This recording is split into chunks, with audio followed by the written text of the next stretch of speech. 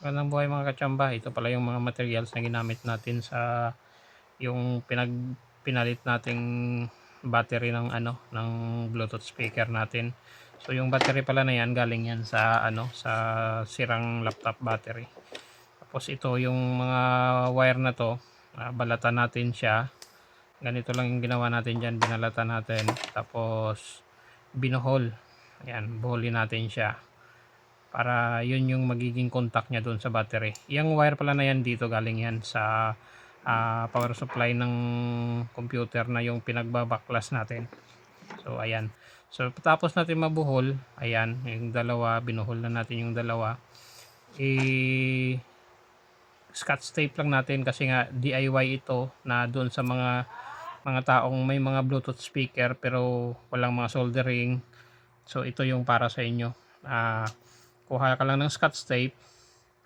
Kahit hindi ganyan kalaki yung Scotch tape, pwede naman. So ayan, yung Scotch tape ko na, yung packing tape kasi yung available ko sa ayan yung ginamit ko. So patong mo lang yung nabuhol mong wire na nabalatan na wire na binuhol mo. Patong mo lang diyan tapos lagyan mo lang ng tape. Siyempre wala pang tibay yan. Mamaya pa na tuturuan ko kayo paano patibayin yan na hindi talaga kakalas at hindi ka magkakaproblema sa contact. Sa ngayon, yung ginawa natin ay para lang mag-steady siya dyan. So ayan, naka-steady na siya, so hindi na yan aalis dyan. Tapos yung kabila naman, yung positive side. Dapat pala alam nyo rin yung positive tsaka negative. Usually naman sa ganito, yung maliit yung area, yun yung positive. Tapos yung pagkabaklas, ganun din naman na yung may maliit na area positive, tapos yung may malaking area, yun yung negative. So ayan, ito maliit na area na to, kaya positive yan. So ganun din yung nabuhol natin na wire, papatong lang natin dyan tapos lagyan lang natin ng tape para hindi siya aalis dyan. Yun lang muna, first nating gagawin, yan lang muna. Yan, para lang talaga ma-hold siya dyan sa posisyon niya. Yung pag-contact niya dyan, may solusyon pa rin yan. So ayan, so hindi na yan tatakbo dyan, hindi na yan aalis. So yung dalawa, positive tsaka negative, naka-fix na sila sa posisyon nila pero hindi pa yan matibay.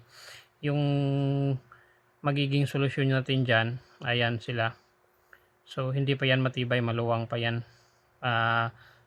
Papatay-patay pa yung mo dyan, mawawala-wala pa yung power ng mo dyan. So ito yung magiging solusyon natin dyan. Kumuha ako ng mahaba pero kung maliit sana yung yung tape natin, hindi ko na kailangang hiwain yan. So ngayon, since malapad siya, kailangan ko siya hiwain sa gitna. Yan, kasi medyo maliit lang yung kailangan ko pero mahaba. Yan na yung magiging natin, magiging puwersa doon sa pinag-steady natin na buhol ng wire. So ayan, lagay natin dyan tapos babatakin natin ng malakas. Ayan, so may milipit na siya sa lakas ng batak. So yung puwersa niya, yun na yung magdidikit doon sa sa buhol ng wire. So ayan, ganun sa kabila, tapos ulitin natin hanggang maubos yung tape.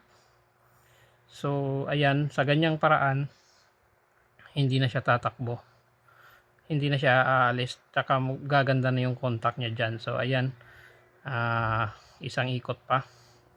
So siguradong sigurado nang naka-connect na yan dyan. Wala naman tayong problema dyan sa sa tawag nito, sa contact niya kasi maliit na amperahe lang naman yan. So hindi naman yan ganun talaga kamaselan. So yung contact na yan, sure ako okay na yan para maging safe na yung hindi na siya mawawala-wala yung power. Kahit gaanong tapon mo pa siguro yan, hindi na. Tapos ito naman ngayon yung pagbalot natin na para mag-steady naman yung mga wire. Ito naman yung balot natin pang steady ng mga wire na talagang sure na safe yung wire, hindi gagalaw-galaw at hindi mababata kaagad. Hindi tawag nito, hindi maaalis ng konting puwersa lang. So dagdagan pa natin para sure na sure. So pang lang talaga to, palang pang layman's term. Hindi, pang talagang doon sa mahilig mag DIY pero wala ka namang mga kasangkapan, wala kang gamit, wala kang soldering iron, wala kang mga yung may shrink tube yan na dapat na nilalagay dyan eh. So ayan na siya, balatan na rin natin yung dulo. Ayan, so titesterin natin, hanapan natin ng angle yung tester na makikita. Tapos putulin ko muna yung video para ma-reverse ko siya para makita nyo yung voltage mismo. At ayan, nalipat na natin, lumipat na tayo sa kabila. So ayan yung voltage, 4 volts yung charge ng battery na gamit natin kasi bagong charge yan. Umaabot siya ng 4 volts kasi magandang battery. So ayan, Al-Audio, Alto How To, ganyan natin ginawa yung DIY natin na ano. Please like and follow mga guys. Magandang buhay.